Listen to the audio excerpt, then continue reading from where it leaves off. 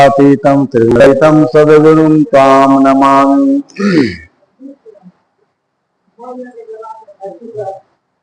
श्री सूर्यदेव जी के पूज्य पिता के महाप्रयाण के उपलक्ष्य में उन्हें श्रद्धा सुमन अर्पित करने के लिए आयोजित इस सत्संग सभा में दूर दराज से चलकर आए सभी विरद विवेक संपन्न संत गुरुजन अगाध श्रद्धा और तत्परता से धर्म श्रवण करने की जिज्ञासा से पधारी हुई सभी धर्मानुरागी बंधुओं, श्रद्धा मूर्ति देवी,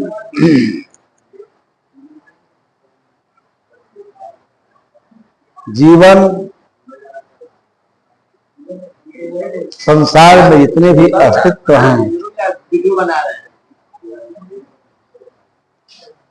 अस्तित्व मात्र के साथ यह घटना अवश्यंभावी है। इसे सबको समझना चाहिए। लेकिन आवश्यकता क्या है? हम शोक कर, दुखी होकर, पीड़ित होकर, उद्वेलित होकर और एक अभाव का महसूस करते हैं, ये ज्ञान का लक्षण नहीं है। मृत्यु एक ऐसा विषय है जो हर व्यक्ति के चित्त को स्थिर कर देता है। लेकिन आश्चर्य है कि इस विषय को कोई व्यक्ति गंभीरता से समझने का प्रयास नहीं करता। महाभारत में एक प्रसंग आता है। एक बार धर्मराज युधिष्ठिर से यक्ष ने पूछा कि दुनिया का सबसे बड़ा आश्चर्य क्या है?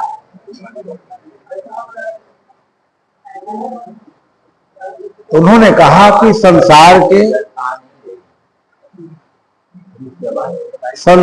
के समस्त प्राणियों को जम सदन जाते हुए देख करके भी यहाँ जो जीवित लोग हैं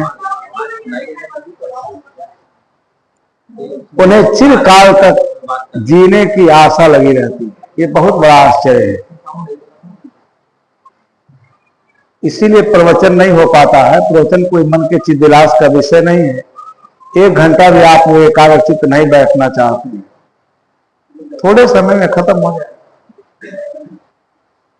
मैंने एक विषय आपके सामने रखा, बहुत मार्मिक विषय है और ठीक से इस पर अगर चिंतन किया जाए तो अंतर मन उद्वेलित हो उठता है। आश्चर्य क्या है? संसार के अस्तित्व मात्र को एक दिन यहाँ के सारे संबंधों के, सारे सुख ऐश्वर्य विलास की बंधुओं को, प्रिय से प्रिय पदार्थों सबसे एक दिन वियोग हो जाता है।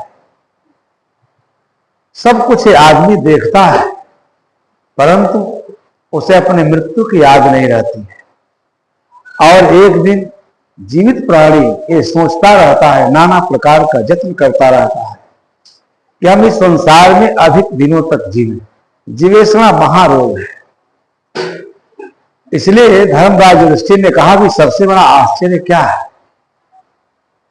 इस संसार के समस्त प्राणियों को जम सदन जाते हुए देखकर भी जो यहाँ जीवित लोग हैं उन्हें चिरकाल तक जीने की जो आशा है वही सबसे बड़ा आश्चर्य है। मृत्यु कोई शोक का विषय नहीं, दुख का विषय नहीं, मृत्यु विचार का विषय है। और इसीलिए मृत्यु पर आदमी विजय कैसे प्राप्त कर सकता है? कबीर साहब तो अपनी बात को इतनी गंभीरता से कहते हैं कि सुनने वाला विमुक्त हो जाता है। ज्ञान की ऊंचाई पर बैठकर अपनी बात कहते हैं। ऐ संसार के लोग, मेरी बात को सुनो।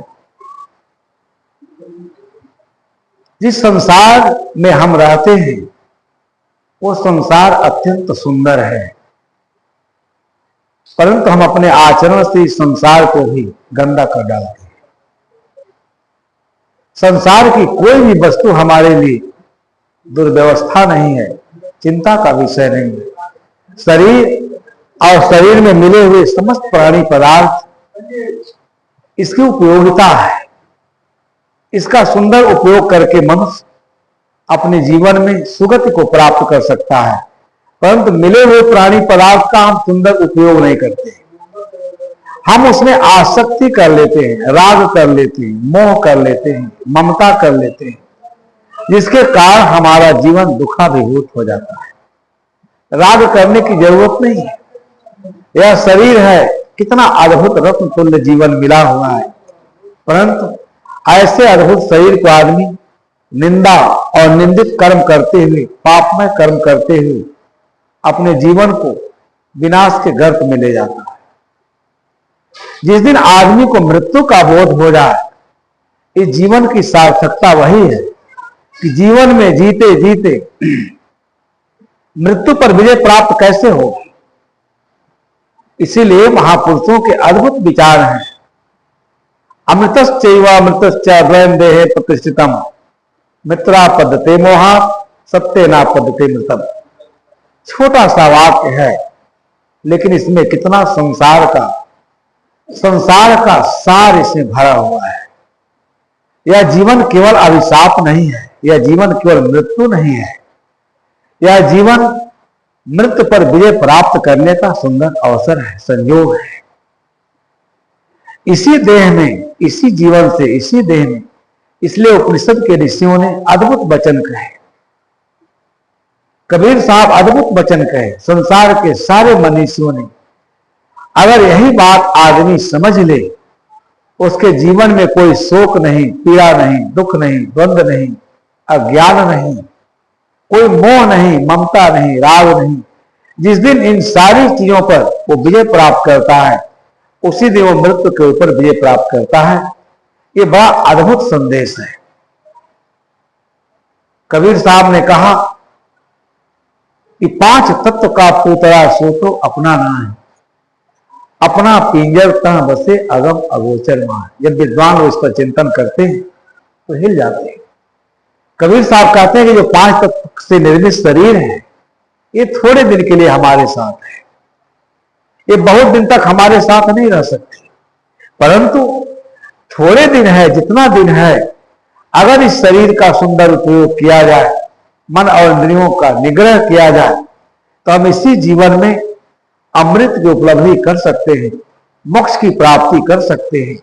लेकिन मनुष्य को जब ज्ञान नहीं होता है, अपने इस अद्भुत जीवन को अभिशाप बना देता है। कबीर साहब ने कहा, क्या जोड़े क्या छोड़िए थोड़े जीवन काज। समझना चाहिए आदमी जीवन भर धरता उठाता रहता है, संकल्पों में खोया रहता है, नाना प्रकार के दुर्व्यसन, नाना प्रकार के दुर्विचार, और ऐसा प्रगाढ़ निद्रा में, माया मोह के प्रगाढ़ निद्रा में सो जाता है। वो अपने मृत्यु के दिन को भूल जाता है। जीवन सार्थक कब होगा? जब अपने जीवन के अंतिम दशा को हमेशा हम स्मरण करते रहे। हम यही भूल जाते हैं, मृत्यु के दिन को सभी भूल जाते हैं। अगर मृत्यु के दिन को याद रखें तो इस जीवन में कोई गलती नहीं होगी, कोई भूल चूक नहीं होगी, इस जीवन से कोई अनर्थ नहीं होगा, कोई पाप कर्म नहीं होगा। छोटे छोटे साथियों में कबीर साहब के इन विचारों को आप लोग जिए, आत्मसात करें। मोक्ष रखा है, आदमी परेशान है मोक्ष के लिए, परमात्मा के लिए, ईश्वर के लिए, सतलोक के लिए। ये मनुष्य की बनाई हुई काल्पनिक अवधारणा है। जीव स्वभाव तो स्वयं तृप्त है, परंतु जब संसार के मरणशील प्राणी पदार्थों में वो आसक्ति बनाता है, उसी में वो जीना चाहता है, उसी में अपने जीवन को रचा पसा देता है, तो दुख से आवृत हो जाता है और कहां कहां जाता है, देवी के पास, देवता के पास, भगवान के पास, लेकिन परम प्राप्त विषय तो उसके पास ही है। इसलिए साहब कहते हैं कि 5 तत्व का पिंजरा सो तो अपना। बड़ी सारगर्भित बात कहते हैं। हर आदमी को ये बात समझना चाहिए कि जो 5 तत्व से निर्मित शरीर है, जिसमें चेतन आत्मा निवास करती है, ये कितने दिन आपके साथ रहेगा? बहुत दिन आपके साथ रहने वाला नहीं, क्योंकि जिस दिन से यह शरीर बनती है उसी दिन से रोग, जरा, जीर्णता, बुढ़ापा, ये सब इसके पीछे लग जाते हैं। और इसीलिए अद्भुत वचन का चिंतन किया कबीर खान। अगर उसको हम लोग ठीक से आत्मसात करें, जिए, तो मोक्ष के लिए, स्वर्ग के लिए, परमात्मा के लिए तरसना नहीं पड़ेगा। 5 तत्व का पूतरा, 5 तत्व का पिंजरा, सो तो अपना अपना पिंजर तह बसे अगम अगोचर मां। जहां 5 इंद्रियों का, 5 ज्ञानेंद्रियों का गम नहीं है, वहां अपना पिंजर, वहां अपना देश है। वो अद्भुत देश है, वह आत्मा का देश है, लेकिन वह विपुल सुख का साधन है। वहां कैसे जाएंगे? जब इस संसार के राग से, द्वेष से, हर्ष से, शोक से, विषाद से, अवसाद से आपका चित्त ऊपर उठेगा। हम जीवन पर्यंत क्या जोड़े क्या छोड़े, कितना अद्भुत वचन कबीर साहब कहते हैं। हमने जितना इकट्ठा किया, जितना जोड़ जोड़ के रखा, वो सब एक दिन छोड़ना है। यह परम सत्य है, इससे सत्य की, इससे अधिक व्याख्या नहीं की जा सकती। संसार में जितना संसार हमें मिला है, अधिक संसार को हमने मान रखा है। पुत्र, परिवार, पत्नी, माता, पिता, धन दौलत, सुख, ऐश्वर्य, विलास, सबसे वियोग एक दिन निश्चित है। और इसी सत्य को कोई स्वीकार नहीं करता। मैंने शुरू में ही कहा, क्या आश्चर्य है, संसार के सारे प्राणियों को मृत्यु के काल कलवित होते देख करके भी जो जीवित लोग हैं सोचते हैं कौन उपाय करें, कौन सा दवा खाएं, कैसे जीवन जिए कि हम चिरकाल तक रहे। महा अज्ञानता, महा अविद्या, इसी अविद्या बस जीवन में सारा दुख होता है। इसलिए बंधुओं, इसे समझना चाहिए, क्या जोड़े क्या छोड़े, थोड़े जीवन काज। जीवन थोड़ा है, अल्प है, परंतु इस अल्प काल में हम बहुत कुछ प्राप्त कर सकते हैं। हमको थोड़ा समय नहीं मिला, बहुत समय मिला है। 50 साल, 60 साल, 100 साल का उम्र मिला है, परंतु 150 साल के बीच में हम अपने लिए एक दिन भी, अपने लिए कुछ भी नहीं करते। अनाथ पिंडक की कथा आती है, सरल हृदय की हमारी बहनें बैठी, इसे समझने का प्रयास किए। अनाथ पिंडक एक बहुत बड़ा सेठ था, बहुत दान पुण्य करता था। जहां सत्संग होता था, सभा होती थी, ज्ञान विचार की चर्चा होती थी, संत मनीषी इकट्ठा होते थे, सबसे पहले वो दान देने जाता था। बहुत दान दिया, बहुत साहित्य में उसकी बहुत महिमा है। अनाथ पिंडक, आप लोग मत बोलिए भाई, थोड़ा शांत रहिए, बस 1 घंटा बाद खत्म हो जाएगी। एक बार वो बहुत बीमार पड़ गया, इतना बीमार पड़ गया, उठ नहीं पाता था, बैठ नहीं पाता था। शरीर का जर्जर होना इसका स्वभाव है, गुण धर्म है। संसार में ऐसी कोई व्यवस्था नहीं है कि उसे खा करके हम लोग यहां चिरकाल तक रहेंगे, लेकिन जितना समय मिला है बहुत है, पर्याप्त है। हमें इस समय का उपयोग अपने लिए मोक्ष का मार्ग प्रशस्त करने के लिए करना चाहिए, अपनी आत्मा को विमल बनाने के लिए करना चाहिए, अपने आत्मा पर कई जन्मों के कुसंस्कारों के जो धब्बे हैं, दाग हैं, उसको धोने का प्रयत्न करना चाहिए। उसका साधन है सत्संग, साधन भजन, सेवा। सेवा से चित्त शुद्ध होता है, पवित्र होता है। इसलिए सेवा परायणता तो इस जीवन का अभिन्न हिस्सा है, परंतु पवित्र मन से होना चाहिए। अब अनाथ पिंडक बहुत दान देता था, एक बार वो भयंकर बीमार पड़ गया, इतना बीमार पड़ गया कि चल नहीं पाता, उठ नहीं पाता, वृद्धावस्था आ गई। उसके लड़कों ने बहुत उपाय किया, बड़े बड़े डॉक्टर आए, सोखा आए, बैझा आए, वैद्य आए, तांत्रिक आए, परंतु ठीक नहीं हुआ। बुढ़ापे को ठीक करने का क्या योग है? बहुत कुछ करेंगे, संयम नियम से रहेंगे तो 10 साल 5 साल आपका जीवन सुरक्षित रहेगा। अब बहुत बीमार पड़ गया, एकदम रुग्ण हो गया, बिस्तर पर लेट गया, लेकिन जो जीने की इच्छा है, जीवेषणा, महारोग है। जितना दिन जीवन है बहुत है, और इसीलिए मैंने अभी आपसे कहा कि अमृतस्यैव मृत्युश्च द्वयम देहे प्रतिष्ठितम। ये शरीर मरणशील जरूर है, परंतु इसमें अमृत भी है और मृत्यु भी है। इस जीवन का इतना सुंदर उपयोग है कि मरणशील जरूर है, परंतु अगर शरीर स्वस्थ है, ठीक है, तो इसी जीवन में हम अमृत लाभ कर सकते हैं। स्वास्थ्य जब तक है 10 साल 5 साल, लेकिन दुर्भाग्य है कि हम करने योग्य एक कर्म नहीं करते, और जिससे आत्मा दूषित हो जाए, शरीर का सारा कर्म संस्कार बिगड़ जाए, हम ऐसे सारे कर्मों को करते रहते हैं। और इसीलिए इस जीवन का अमृत लाभ, जो जीवन का लक्ष्य है, जीवन का पवित्र उद्देश्य है, उसकी प्राप्ति हम नहीं कर पाते। अमृतम चाहिए, इसमें अमृत है। जब ये आत्मा हम निर्विकारी हो जाए, बिल्कुल माया मोह से परे हो जाए, अपने आत्मा के देश में विचरण करने लगे, भक्ति के मार्ग पर चलते चलते जीवन पूर्ण हो जाए, वह अद्भुत अनिर्वचनीय, वह परम पावन दशा, वह निर्मल दशा की उपलब्धि कब होगी। इसीलिए आदमी के जीवन में भक्ति की आवश्यकता है। हम सब काम करते हैं, लेकिन अपने अमृत का, अपने अंदर अपने अमृत का दर्शन नहीं कर पाते हैं और इसके लिए बाहर भटकते हैं। ये हमारा दुर्भाग्य है। थोड़ा अपने चित्त को एकाग्र करना चाहिए, जीवन को ठीक से देखना चाहिए, निहारना चाहिए कि हमारा जीवन किस लिए मिला। ऐसे अद्भुत जीवन को विषय विकारों में, निंदित कर्मों में, दुष्त्याग जो विष रूपी तृष्णा है, उसके पीछे दौड़ते दौड़ते अपने जीवन को काल कलवित कर देते हैं। तो जीवन का लक्ष्य है मोक्ष की प्राप्ति, अपने परम पावन दशा की प्राप्ति, उस लक्ष्य की प्राप्ति हम नहीं कर पाते। मृत्रा पद्धते मोहा सत्य ना पद्धते मृतम। अगर आदमी संसार के प्राणी पदार्थों के मोह में, उसके चिर प्रगाढ़ निद्रा में सो जाता है, मृत्रा पद्धते मोहा, तो बार बार मृत्यु का ग्रास बनेगा और जन्म मरण का उसका प्रवाह बड़ा लंबा हो जाएगा। ध्यान से सुनिए, यही विचारणी विषय है, यही चिंत विषय। मृत्युरा पद्धते मोहात, जितना हम मोह करते हैं संसार के प्राणी पदार्थों का और सोचते हैं कि इससे हमारा कभी वियोग ना हो, ये सदा हमारे साथ रहें, इस मोह के कारण, इस मूर्खता के कारण ही हम बार बार जन्म प्रवाह के चक्कर में अनादिकाल से जन्म मरण का प्रवाह चल रहा है। मित्रा पद्धति मोहात, इस संसार के प्राणी पदार्थों से मोह करने की आवश्यकता नहीं है, उसकी सुंदर उपयोगिता है।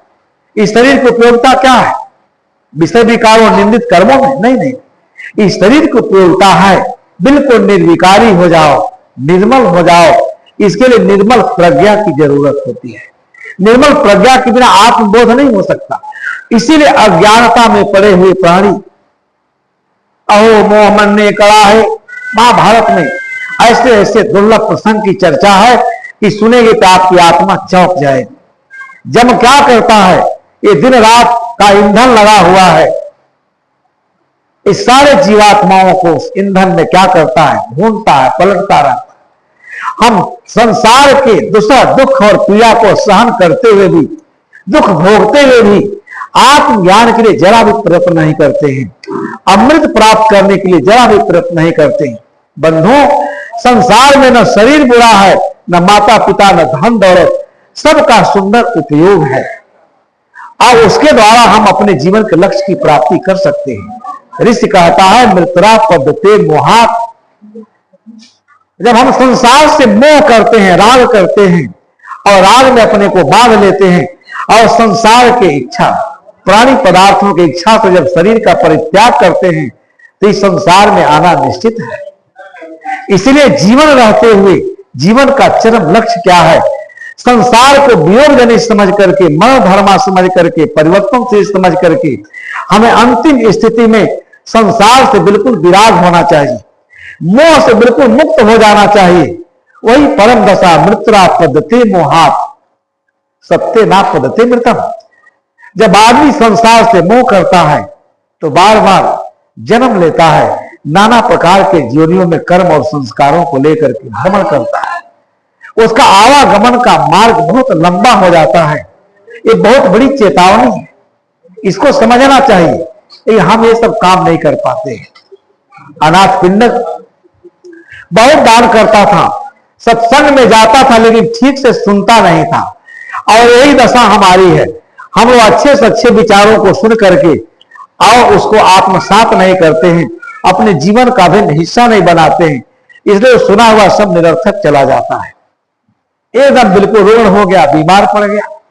कोई आशा की किरण जब नहीं बची तो बच्चे गए, महात्मा बुद्ध कहीं ठहरे हुए थे, कहे महाराज बस एक आप ही आशा की किरण बचे हैं, शायद आप आशीर्वाद दें, शायद आप चल करके उनको झाड़ फूंक करें तो शायद उनको जीवन मिल सकता है।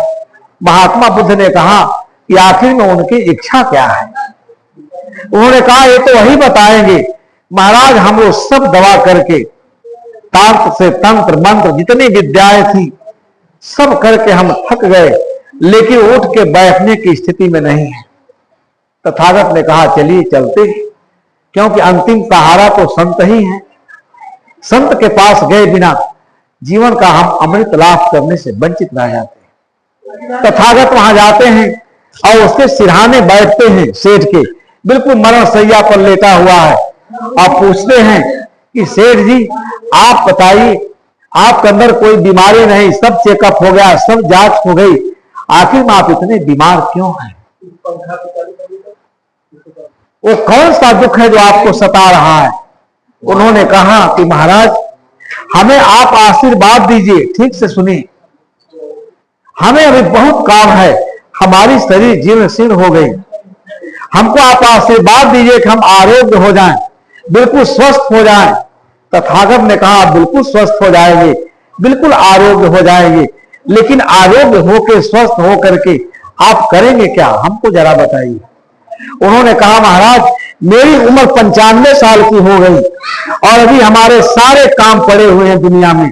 अभी पोते को अमेरिका भेजना है, एक नतनी है उसको डॉक्टर बनाना है, अभी न्यूयॉर्क में जमीन खरीदना है, मकान बनवाना है, अभी बनारस में सबसे बड़ा मकान बनवाना है, अभी तो हमारा सारा काम ही बाकी है।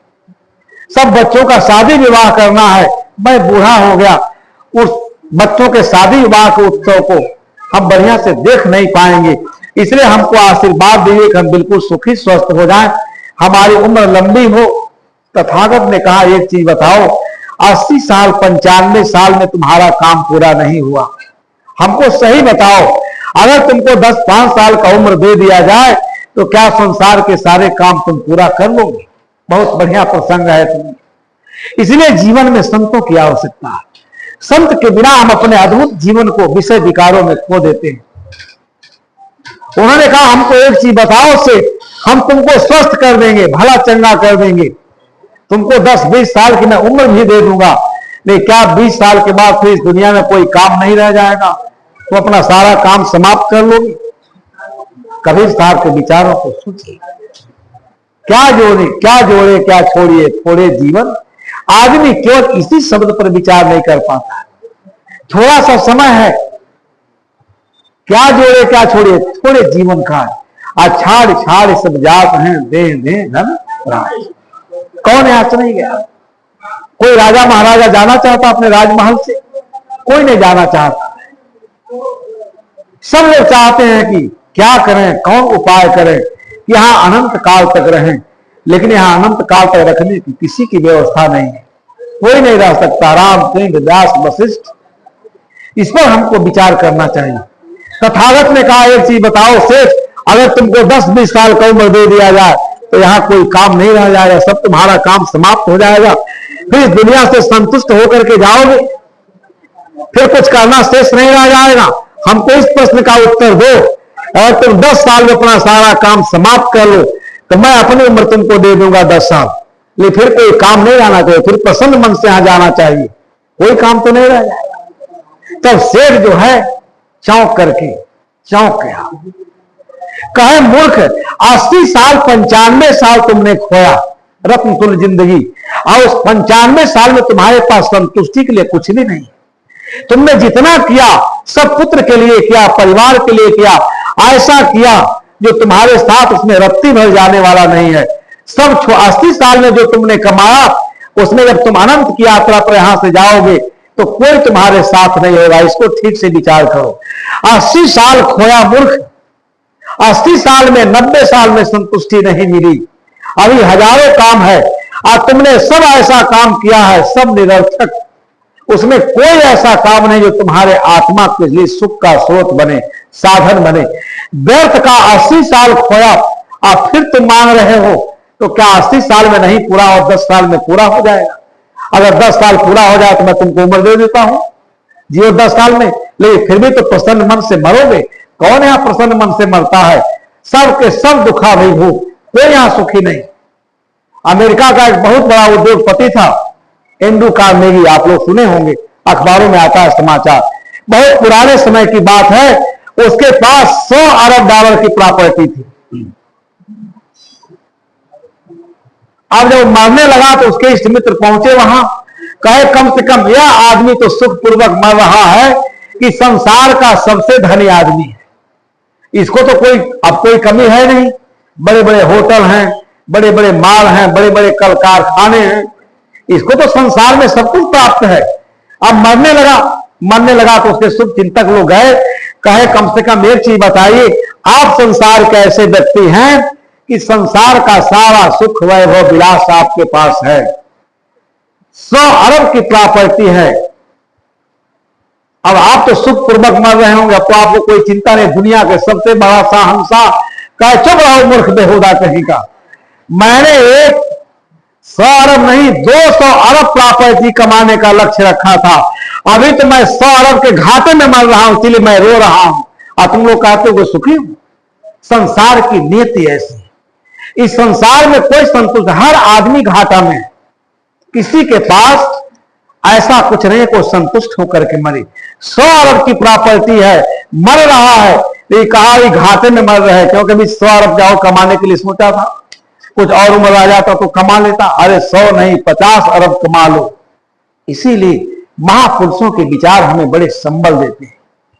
सब कुछ किया, अरबों खरबों का साम्राज्य बनाया, ये अपने आत्मा के लिए हमने क्या बनाया, ये विचार विषय है। हम वो जितना कमाते हैं, जितना कुछ बनाते हैं, सब छोड़ करके पल भर में सपने सोया मानवा खोल जो देखे नए, और जीव पड़ा बहुलूट में ना कुछ ले न दे। इतना कमाया, सब कुछ कमाया, लेकिन जब जाता है तो एकदम खाली हाथ जाता है, दरिद्र बन के जाता, उसके पास कोई पूरे पाछे नहीं रहता। क्या रहता है? कोई संबल है? अनंत के यात्रा में जितना हम मानते हैं, मान करके बनाते हैं, अंतिम समय में सब हमको अलविदा कह देता है, हमारे साथ जाने को कोई तैयार नहीं है, कोई जाए रहता है। एक महात्मा जी थे तो बहुत तपस्या की और क्या कहते हैं समाधि लगाते थे, बहुत बड़ा भूमधरा बना लिए। जब बहुत दिन तपस्या किए, बहुत लोग जाते थे, फल फूल वहां पहुंचा देते थे। अब महाराज जी की बहुत ख्याति हुई दौड़ावा बाबा की तरफ से।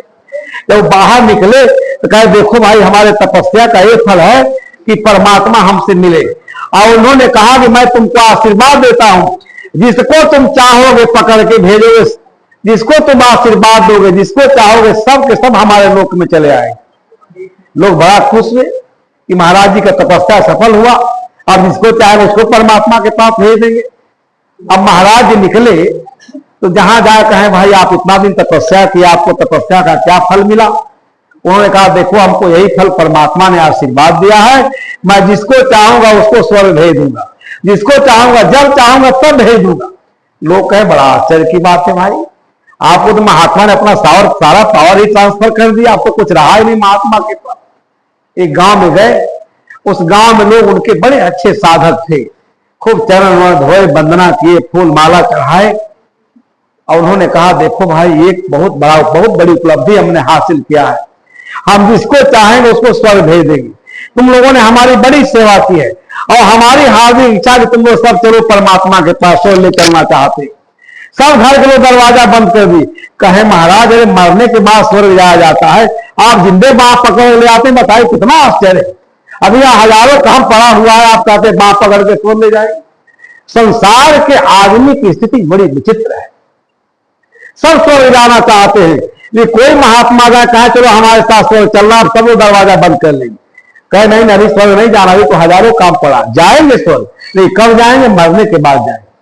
ये जो स्थिति है इतनी बदतर है। महात्मा खूब कार व्यापार चला, फलता फूलता रहा, अब एक दिन उनको एक चेला मिल गया बहुत बढ़िया। कहा महाराज आप सबको कहते स्वर्ग जाने के लिए और कोई स्वर्ग जाने को तैयार नहीं है। लोग कहते महाराज हमको स्वर्ण मुद्रा ले लीजिए, चांदी ले लीजिए, रुपया पैसा ले लीजिए, सब कुछ ले लीजिए, लेकिन स्वर्ग मत ले चलिए। इतना आदमी मरने से इतना डर रहा है, सब कुछ कहिए लेकिन मृत्यु का नाम मत लीजिए। अरे मृत्यु और संभावी है, जो मृत्यु को देखता है ज्ञान की दृष्टि तो वही तो अमरता को प्राप्त करता है। और चलने लगा चलने लगा। एक दिन एक चेला मिल गया। कहा महाराज आप इतना परिश्रम किए और इतना कठोर तप करने के बाद आपको अवसर मिला, जिसको चाहेंगे स्वर्ग भेज देंगे। ये मृतलोक के लोग बड़े दुखी, कोई नहीं जाना चाहता, चलिए हम आपके साथ चलने को तैयार है। अब चेला बढ़िया मिल गया। अब जब चलने लगा, कहे महाराज जी कब ले चलेंगे स्वर्ग, कब परमात्मा से मिलाएंगे। कहे बेहुदा कहीं का, इतना जल्दी घबराते हो, हमने 12 साल तपस्या किया तो आशीर्वाद मिला। अरे हमारी सेवा करो, सुखा करो, सेवा से सब प्राप्त हो जाता है। दुनिया में ठगों का व्यापार चल रहा है। अगर हम सेवा करते करते घबरा गए, जहां जाते तो वहां तमाम रुपया पैसा सोने चांदी की बारिश होती थी। स्वर्ण मुद्राओं से उनकी घोड़ी जो है पूरा भर गया, चलते थे। लड़के ने कहा भाई आप कब स्वर्ग ले चलेंगे। कहेगा बेवकूफ कहीं भजन करो, तपस्या करो, सेवा करो, स्वर्ग तो जाना, ये क्यों इतना घबराए। उसके मन में एकदम लोभ समा गया, चेले के मन में। कहा बताइए इतना स्वर्ण मुद्रा लेके महाराज जी घूम रहे हैं, हमको स्वर्ग का रास्ता भी नहीं बता रहे हैं, सारा स्वर्ग तो इनके पास है। उसका मन पाप से भर गया एक दिन, और रात में महाराज जी सोए थे, उनके सीने पर चाकू लेके चढ़ गया। अब महाराज जी श्राप देने लगे, अरे नालायक दुष्ट कहीं का, बताओ गुरु के साथ इतना बड़ा छल कपट कर रहे हो, रौरव नरकगामी हो गए, नरक में भी जगह नहीं मिलेगा, तुम शिष्य होकर कैसा दुर्व्यवहार मेरे साथ कह रहे हो। उसने कहा नहीं, आप स्वर्ग जाने का हमको टिकट मंत्र बता दिए हैं और सारा स्वर्ग का सुख आपके पास है। अगर अपना जीवन चाहे तो हमको अपना सारा धन दे दीजिए, मैं अभी आपका काम तमाम कर देंगे।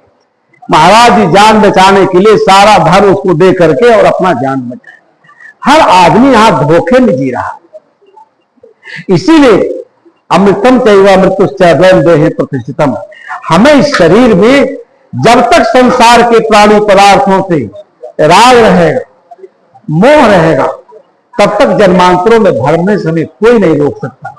मनुष्य देह की बड़ी महिमा गाएगी। बंद कर दिया जाए।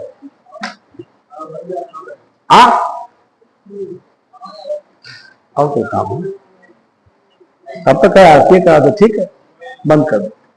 तो हम आप लोगों को थोड़ा सा लोग कह रहे बंद कर देते हैं, सत्संग को चलता रहता क्या। अब आरती हो गई, अब कुछ समझ लेगा। अब शाम को बोलिए, अब शाम को लोग बैठे तो चलिए।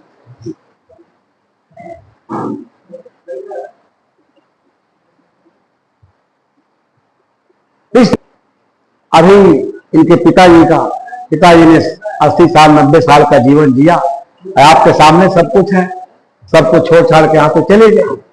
हम और आप भी सब कुछ छोड़ छाड़ के चले जाएं। तो इसलिए मैंने 2 वृत्तांत के माध्यम से आपको समझाया। तथागत ने कहा कि अगर 10 साल की उम्र मिल जाएगा तो क्या आप संतुष्ट होकर इस संसार से जाएंगे। हमारे पास बहुत समय है। उन्होंने कहा तुम्हारे पास कोई कलेवर नहीं है, तुमने अपने लिए कुछ भी नहीं किया। अरे उठो, अपने अतीत को निहारो, देखो तुम्हारे पास क्या है। कुछ ऐसा हो जिससे तुमको सांत्वना मिल सकती है। तुम्हारे पास क्या है। जब उठ करके वो देखा अपने अतीत को, लंबे यात्रा को, लंबे उम्र को, तो एकदम निराशा के गर्त में चला गया, चौंक करके उठा। और तथागत ने कहा ये थोड़ा समय तुम्हारे पास बचा, यह भी चला जाएगा। मूर्ख, क्या करोगे मांग करके। हमारी यही मूर्खता है, जो मिला उसका उपयोग नहीं करते, जहां जाते हैं वहीं मांगते, लंबी उम्र, घर, पुत्र, परिवार मांग के क्या करें। इस जीवन की जो उपयोगिता है मात्र इतना ही है, हमें जीवन को प्राप्त करके अमृत लाभ प्राप्त करें। हमारे मनीषा में ये दिग्दर्शन कराया गया है कि मनुष्य जीवन का लक्ष्य है निष्पाप निष्कलंक जीवन जीते हुए, धर्म का आचरण करते हुए, और मोक्ष के लिए वरदान स्वरूप जीवन है। दुख से आत्यांतिक निवृत्ति का जीवन है। लेकिन कब होगा, जब हम ज्ञान पूर्वक आचरण करेंगे। तो थोड़े समय के उपदेश में वो शेष जग गया उठ करके, कहा महाराज मैंने 80 साल खोया, अब हमारा जो बचा उसके लिए बताइए मार्ग। उन्होंने उसको सब धर्म की दीक्षा दी, सब धर्म के मार्ग पर चल करके अपने जीवन को पूर्ण किया। हमारा आपका जीवन भी सद्धर्म का अमृत पी करके ही पूर्ण होगा। इसलिए कोई चला गया तो चला गया, उसके लिए कब तक रोएंगे, कब तक उसके पीछे चलते रहेंगे। कबीर साहब ने ऐसे ऐसे दुर्लभ साक्षियों के माध्यम से संसार के प्राणियों को उपदेश दिया है। यहाँ अपना क्या है, अपना अपना सबका अपना है नहीं कोई, अब प्राण पिंड से बज रहा सो अपना नहीं। तो हम और आप सब लोग भी संसार का विदा करके जाएंगे। जीवन का लक्ष्य है कि रोने धोने से ऊपर उठ करके हमें अपने जीवन का उपयोग अपने आत्मा को निर्मल बनाने के लिए, अपने आत्मा को संस्कारों के बंधन से मुक्त करने के लिए और मोक्ष फल प्राप्त करने के लिए, क्योंकि मनुष्य का जीवन अत्यंत दुर्लभ है, दुष्प्राप्त है। हम लोग कहाँ बैठे हैं, बिल्कुल एकदम मुहाने पर बैठे हैं। वो स्वामी ने कहा ना, एक स्वर्ग की सीढ़ी जाएगी, नरक की सीढ़ी जाएगी। अब हमको आपको चुनाव करना है, तो इसलिए आप सभी लोग बैठ करके थोड़ी देर तक मेरे विचारों को सुना। आप सबके उज्जवल भविष्य की कामना करते हुए सभी लोग धर्म का अमृत पिएं, धर्म के अनुसार आचरण करें और जीवन को पाकर मोक्ष रूपी दुर्लभ फल की प्राप्ति करें। यही जीवन का लक्ष्य है। आप लोगों को बहुत बहुत धन्यवाद देते हुए इस अपने विचारों को विराम देते। प्रेम से बोलिए श्री सद्गुरुदेव की। सब आप ही कराओ।